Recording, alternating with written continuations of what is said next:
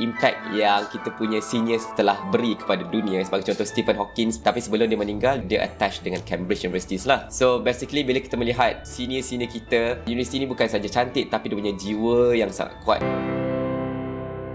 Right is the ring of words when the right man rings.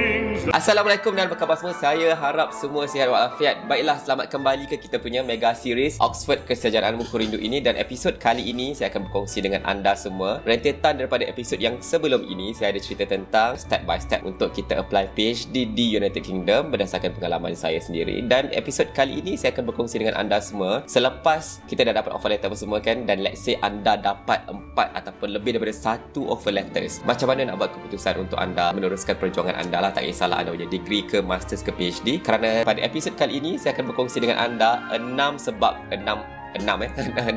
kenapa penting sebenarnya untuk kita consider diri kita untuk belajar di top universities. Ada beza, banyak beza lah sebenarnya, dan saya akan pakai saya punya pengalaman sendiri ketika saya belajar di Oxford University United Kingdom lah. Alright, so kita mulakan dengan sebab yang pertama. Baik, sebab yang pertama adalah di top university ini, mereka punya university bukan sahaja kuat dalam konteks akademik, tetapi mereka punya collaboration dengan industri dan government juga sangat kuat. Oxford sebagai contoh, saya masa tu sambung PhD di CDT lah. By the way, masa saya sambung PhD tu saya dapat 4 offers, tapi saya pilih Oxford kerana these 6 reasons jugalah. Yang pertama tentang bagaimana Oxford ketika itu dia ada satu program yang dinamakan CDT, Center for Doctoral Training, yang mana dia ada combination of research, dia ada combination of hospital placement. Sebab masa tu saya di dalam CDT Healthcare Innovation, dan memang kami diberi peluang untuk pada tahun pertama ada buat hospital attachment lah, dan kita ada lab round sebab biomedical engineering ni bidangnya besar. So penting untuk para PhD candidate ni mereka tahu ke mana mereka nak pergi untuk mereka buat penyelidikan ataupun research mereka. Itu hospital placement memang dah sangat menarik lah. Tapi sebenarnya kami juga ada commercialization element ataupun training yang diberikan kepada kami. So kami pihak CDT di Oxford itu menjemput pakar-pakar daripada industri, daripada bidang ekonomi dan sebagainya untuk pastikan research development and commercialization pipeline itu sangat cantik. So macam mana kami boleh commercialize kami punya research findings for example. Alright. Dan sekarang bila saya tengok CDT sekarang tahun 2022 ketika video ini dirakamkan, CDT pun ataupun ada some universities dia pakai DTC. Mereka dah buat collaboration antara universities lah, sebagai contoh Oxford dan Imperial College London untuk different DTC ataupun CDT. Mereka ni sangat dynamic, mereka akan buat CDT ikut the current trend, right? Dan current keperluan lah, dan itu memang menarik tentang top universities punya advantage, yang mana industri sendiri nak bekerjasama dengan top universities. Sebab industri di sana adalah industri yang type A lah, yang mana diorang punya R&D pun sangat kuat. So they really welcome researchers from universities. Some countries, setengah negara, mereka punya industri adalah type B, type C, yang mana diorang punya R&D unit tak cukup kuat lagi. So itu adalah beza antara top universities di developed country berbanding di negara-negara lain lah. Baik, sebab yang kedua ini adalah kerana top universities ni ramai fundamentalist. Kenapa penting ada ramai fundamentalist? Okay, nama pun fundamental kan. Apabila kita nak buat sesuatu, kita kena pastikan kita punya asas ataupun basic structure ilmu itu sangat kuat. Campaklah anda ke mana-mana, insya-Allah bila anda punya ilmu tentang fundamental knowledge itu kuat, anda nak apply dekat mana-mana bidang pun insya-Allah okey. Dalam konteks saya hari tu memang saya tahu Oxford ni dia ramai fundamentalist dalam pelbagai bidang. Falsafah, sains, engineering, ekonomi, politik dan sebagainya. Memang itu menyebabkan saya memilih Oxford berbanding universiti lain lah. Dan itu saya tahu kerana fundamentalist inilah juga yang mencorak ataupun trendsetter untuk menentukan apa yang akan berlaku di dunia akan datang, ya. So top universiti mereka memang ada kuasa dan suara untuk membentuk masa depan sesebuah negara ataupun dunia even, right? So itu memang sangat menarik bila anda dikelilingi oleh fundamentalist. Sebagai contoh, ni buku saya beli di Oxford masa tu, buku by Richard Dawkins. Richard Dawkins ni dia adalah seorang atheist, ataupun dalam bahasa Melayunya dia tak percaya agama lah. Dan tajuk buku ni pun The God Delusion. To be completely honest, masa saya baca buku ni, the first few pages, surprisingly saya seorang yang bekas nakib usrah dan sebagainya, agak kacau to be honest saya punya kepercayaan masa tu. Tapi saya beli juga satu lagi buku yang counter buku ini, sebab Richard Dawkins ni dia Oxford punya professor jugalah. So dia banyak buat talks tentang Tuhan tu tak wujud dan sebagainya. sebagainya, dan ramai juga agamawan di Oxford yang counter dia balik. So bayangkan dekat Oxford tu betul-betul hardcore fundamentalist, yang percaya agama, yang tak percaya agama pun dekat situ juga. So ia memang menarik. Masa saya dekat sana pun memang saya experience that lah. Saya akan kongsi detail dalam episod yang akan datang. Saya nak sampaikan di sini bahawa bila anda surrounded by all these fundamentalists, memang nak tak nak anda punya asas ilmu dan kepercayaan akan somewhat being challenged ataupun diuji. Tapi hasil selepas pendidikan sebegitu akan menyebabkan anda punya pemahaman dan penjiwaan anda itu sangat kuat.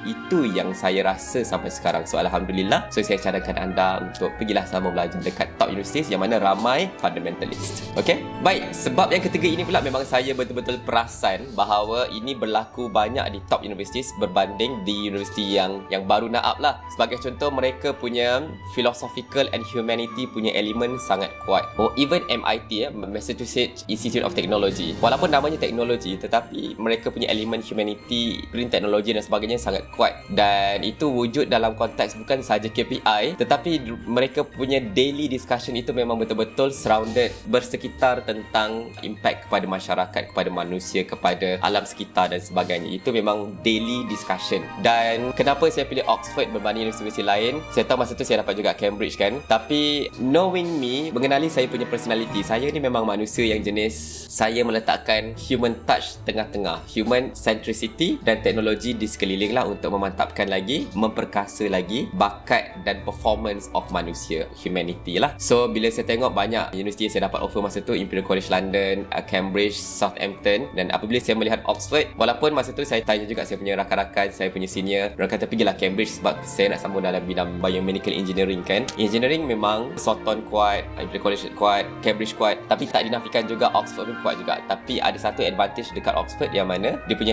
humanity tu pun kuat juga. PPE antara course yang strong di Oxford, Philosophy, Politics and Economy pun kuat di Oxford. So apabila saya melihat itu punya components antara engineering dan humanity dan kita combine di tengah-tengah, saya rasa macam okay, Oxford is the best place for me personally, yang mana saya punya intention untuk saya belajar tentang kemanusiaan itu kuat dalam lensa teknologi. So itu memang betul-betul menjadi saya punya motivasi untuk saya sambung belajar di Oxford lah. Dan in general juga sebenarnya tak kisahlah Cambridge ke Imperial College ke Southampton ke, mereka punya element of humanity itu sangat kuat berbanding universiti-universiti yang baru naap lah. Some universiti di Malaysia pun hebat juga, tapi kebanyakan juga terlalu technical dan hilang elemen human touch itu. So kita kena jaga-jaga ya, kita di Malaysia, Indonesia dan di Southeast Asia lah, kita kena jaga humanity itu kena kuat. Teknologi adalah hanya satu tool sahaja. Okay? Baik, sebab yang keempat ni pun penting kerana apabila anda sambung belajar di top university dan habis sahaja pengajian anda, once anda dah graduate, anda punya branding kuat sebenarnya. Branding kuat as in bila anda nak apply kerja, anda nak buat networking dan sebagainya, insyaAllah anda dah ada dalam kelompok yang elite. Tapi jangan salah pakai this branding. Orang kata with great power comes great responsibility. Bak kata Superman,